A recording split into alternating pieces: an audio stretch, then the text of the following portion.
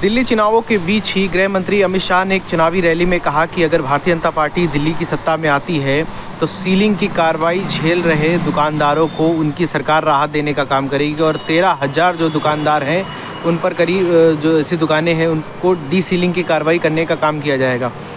हम लाजपत नगर में मौजूद हैं, अमर उजाला की टीम यहाँ पर भी सीलिंग की कार्रवाई 2018 में हुई थी। उस सीलिंग की कार्रवाई के बाद लोग क्या सोचते हैं, क्या विचार करते हैं, यहीं के दुकानदारों से जानेंगे कि क्या उनकी समस्याएं हैं और उन्होंने क्या उनके चुनावी मुद्दे हैं जो इस बार के चुनाव में रहने वाले हैं। क्या नाम है आपका? मेरा नाम कुसुम है, कुसुम शर्मा। कुसुम जी, क्या है इलाके के चुनाव है और बड़े वादे व्यापारी वर्ग और तमाम वर्गों से हो रहे हैं, क्या लगता है किस पे भरोसा है आपकी बार? हमें तो अपने अभिषेक जी पर ही बहुत भरोसा है और भरोसा क्या है कि हमारे साथ वो हमेशा रहे हैं और किया है उन्होंने, और हम तो दिल से चाहते हैं कि अभिषेक जी आएँ। क्या इलाके की क्या समस्या यही है कि आप देखो हर जगह गंदगी पड़ी हुई है, कोई काम नहीं होता है, लेडीज़ों के लिए कोई फैसिलिटी नहीं है। उन्होंने हर चीज़ हमारी लेडीज़ों की समस्याओं को समझते हैं, सुलझाते हैं। वॉशरूम की दिक्कत होती थी लेडीज़ों को, जो कि दरवाज़ा खटखटा के दूसरों को बोलते थे, लेकिन आज हमें इसकी ज़रूरत नहीं पड़ती है। जब वो थे तो उन्होंने हमारी समस्या को समझा। हमें बच्चों के लिए पार्क के लिए ज़रूरत होती थी, वो हमारी बहुत समस्या को समझ के हमारा हल करते हैं। और सबसे अच्छी बात है, हम चाहेंगे, हमारे को पानी की दिक्कत होती है, सुबह उठते हैं देखते हैं कि पानी आएगा, पानी का है ही नहीं कुछ भी, कि कितना गंदा पानी आता है, हम क्या करें। क्या नाम भाई साहब आपका? नवीन बवेजा। बवेजा साहब, जिससे कल एक इलाके की क्या समस्याएं हैं और क्या इलाके में विकास कार्य हुए हैं, और एक चीज़ जो सबसे बड़ी चीज़ जो डी सीलिंग की जो कार्रवाई थी वो आगे बढ़ पाई है या अभी भी कुछ दुकानें सील हैं? तो शुरुआत करते हैं इलाके की समस्या से।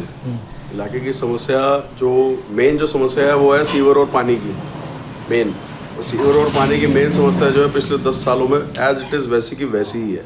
अच्छा, उसमें कुछ भी कोई फेरबदल नहीं है और उल्टा डे बाय डे हालत ख़राब ही हुई है, उसमें कुछ भी सुधार नहीं हुआ।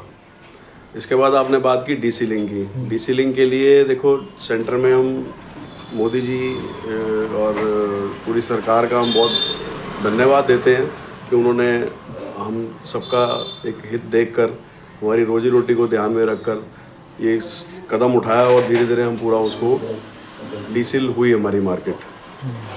उसके लिए हम अपनी एमपी का भी बहुत धन्यवाद देते हैं, प्रदेश अध्यक्ष सचदेवा जी का भी बहुत धन्यवाद देते हैं, हमारे लोकल काउंसलर का भी हम बहुत धन्यवाद देते हैं, शरद कपूर जी का, जिन्होंने हमारा साथ दिया। सर, चुनाव में डी सीलिंग का मुद्दा जो है एक बार फिर से सामने आया है। कल अमित शाह ने चुनावी रैली में कहा कि अगर उनकी सरकार आती है तो डी सीलिंग के मुद्दे पर आगे का।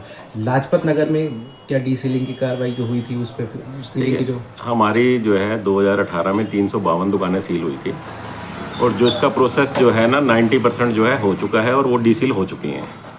जो हमारी जो पेनल्टी थी कन्वर्जन, पार्किंग और मिसयूज़, वो हम लोगों ने अपना पे करके और ये डी सीलिंग करवाई है। इसके लिए हम धन्यवाद करते हैं सुप्रीम कोर्ट की मॉनिटरिंग कमेटी का, खास तौर पे जिन्होंने हमारे लिए हित के लिए, हमारी रोजगार के लिए सोचा और हमारे लिए एक ऐसा रास्ता निकाला जिस रास्ते पे चल के और हमारी जो दुकानें हैं वो तकरीबन जो है ना सारी खुल चुकी हैं अभी तक। अभी भी मैं और साथ में इसका और जो हमारी पॉलिसी थी, जो बीजेपी के अध्यक्ष हैं अपना वीरेंद्र सचदेवा जी, उन्होंने हमारा बहुत साथ दिया, क्योंकि जो ये काम है सेंट्रल गवर्नमेंट के थ्रू होना था हमारा काम। एक अभी मैं आ रहा था, काफ़ी दुकानें जो हैं उस पर ताला अभी भी लगा है, वो क्या कारण होगा कि वो दुकानें खुली? वो कारण उनका अभी थोड़ा सा जो इशू है, उनके पास जो मनी प्रॉब्लम जिसको कह लो कि फाइनेंशियली दिक्कत है उनको, जिसकी वजह से उनके पास अभी पैसे नहीं है कन्वर्जन, पार्किंग और पेनल्टी देने के लिए।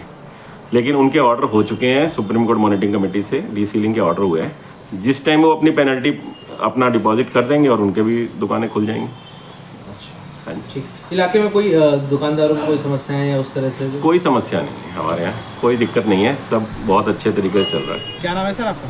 मेरा नाम अरुण है। सर ये बताइए कि जिससे कल जो डी सीलिंग वाला मुद्दा था वो तो आपके यहाँ हल हो चुका है क्या? यहाँ पे दुकानें खुलनी शुरू हो गई हैं और केंद्र की सरकार ने या जिसने भी जो कार्रवाई थी उसके अकॉर्डिंग हो चुकी है।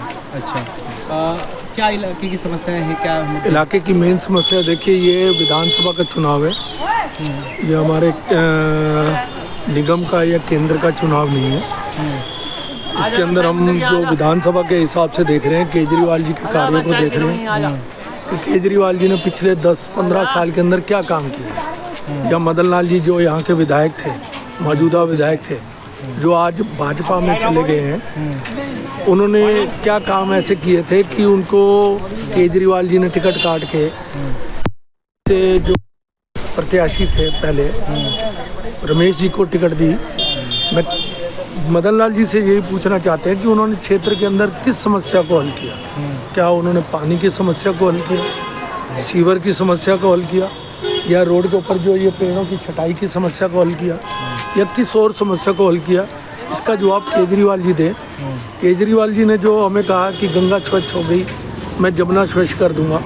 आज भी जमुना के अंदर जो हालात है, पीने के लायक पानी नहीं है, नहाने के लायक पानी नहीं है, उस पानी से लोगों को बीमारी होती है, तो उसके ऊपर वो क्या बयान देते हैं कि उन्होंने सारे कार्य कर दिए। क्या सोच रखा है इस बार इलाके के लिए? देखिए, हमारे क्षेत्र के अंदर जो है अभिषेक दत्त जी पिछले 10 साल से अमर कॉलोनी वार्ड, एंड्रूसगंज वार्ड से निगम पार्षद रहे, जिसको 2017 से लेके भाजपा की सरकार ने 2 बारी सर्वश्रेष्ठ निगम पार्षद का अवार्ड दिया। केंद्र की सरकार जिसको अवार्ड देती हो, वो प्रत्याशी कैसा होगा ये तो जनता जानती है। तो उसके कार्यों को हमने देखा, जिस तरह से उन्होंने क्षेत्र की समस्या को 1 to 1 आदमी को जोड़ा, उसके अंदर किसी ऐसे व्यक्ति की जरूरत नहीं पड़ी कि वो आएगा तो तब कार्य होगा। क्या नाम भाई साहब? मेरा नाम अमित है, अमित मनोचा। क्या करते हैं आप? मैं ट्रांसपोर्ट का बिजनेस। अच्छा, ये बताइए क्या है समस्याएं यहाँ की? समस्या है सर, ये कस्तूरबा नगर जो हमें अमर कॉलोनी में रहते हैं ना, यहाँ पर टाइम पे कूड़ा उठता है, ना पानी साफ आ रहा है, जहाँ देखो वहीं गड्ढे हैं, रोड टूटी पड़ी हैं, कोई रिपेयरिंग नहीं हो रही, कोई टाइम पे काम नहीं हो रहा। काउंसलर को बोलो, वो कहता है मेरे पास फंड नहीं आता। अब फंड नहीं आ रहा तो इसकी जिम्मेदारी हमारी तो नहीं है ना, हमने तो वोट डाला था उनको, अब नहीं डाला तो नहीं किया काम, तो अब हम क्या कर सकते हैं, इसलिए हम बदलाव चाहते हैं। अच्छा, ये चीज़ है जिससे व्यापारियों के लिए और तमाम वर्गों के लिए बड़ी बातें की गई हैं, अन्य पार्टियों ने की गई है, तो क्या समझते हैं किस पे भरोसा है, कि इसकी गारंटी पे ज़्यादा भरोसा करते हैं? सर, भाजपा, आम आदमी पार्टी? पहले यहाँ से अभिषेक जी काउंसलर थे, वो सारे काम करते थे। जब से सीट चेंज हुई तो इन्होंने उनको बीजेपी आ गई, बट बीजेपी वाले काम ही नहीं कर रहे हैं। ना वो पार्किंग की समस्या हल हो पा रही है इनसे, ना पार्कों में सफाई हो पा रही है, और ना ही पेड़ पौधों को का पानी दे रहे हैं ये, ना घरों में ढंग से पानी दे रहे हैं। क्या नाम है? एचपी राय। क्या है व्यापारियों की यहाँ की क्या समस्याएं हैं? समस्या जो थी उन्होंने अब सोल्व कर ली है।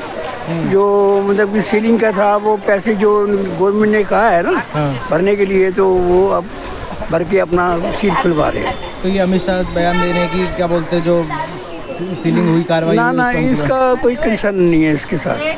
अब कोई मतलब नहीं बनता है? इसका कंसर्न नहीं है, इस मार्केट का है। इस मार्केट का नहीं है? नहीं। अच्छा, यहाँ की समस्याएं हल हो चुकी हैं? हाँ जी। और मूलभूत सुविधाएं क्या समस्याएं हैं? ये पानी की समस्या मेन इसकी है। पानी की? हाँ जी। पानी नहीं आता है क्या? पानी गंदा आता है।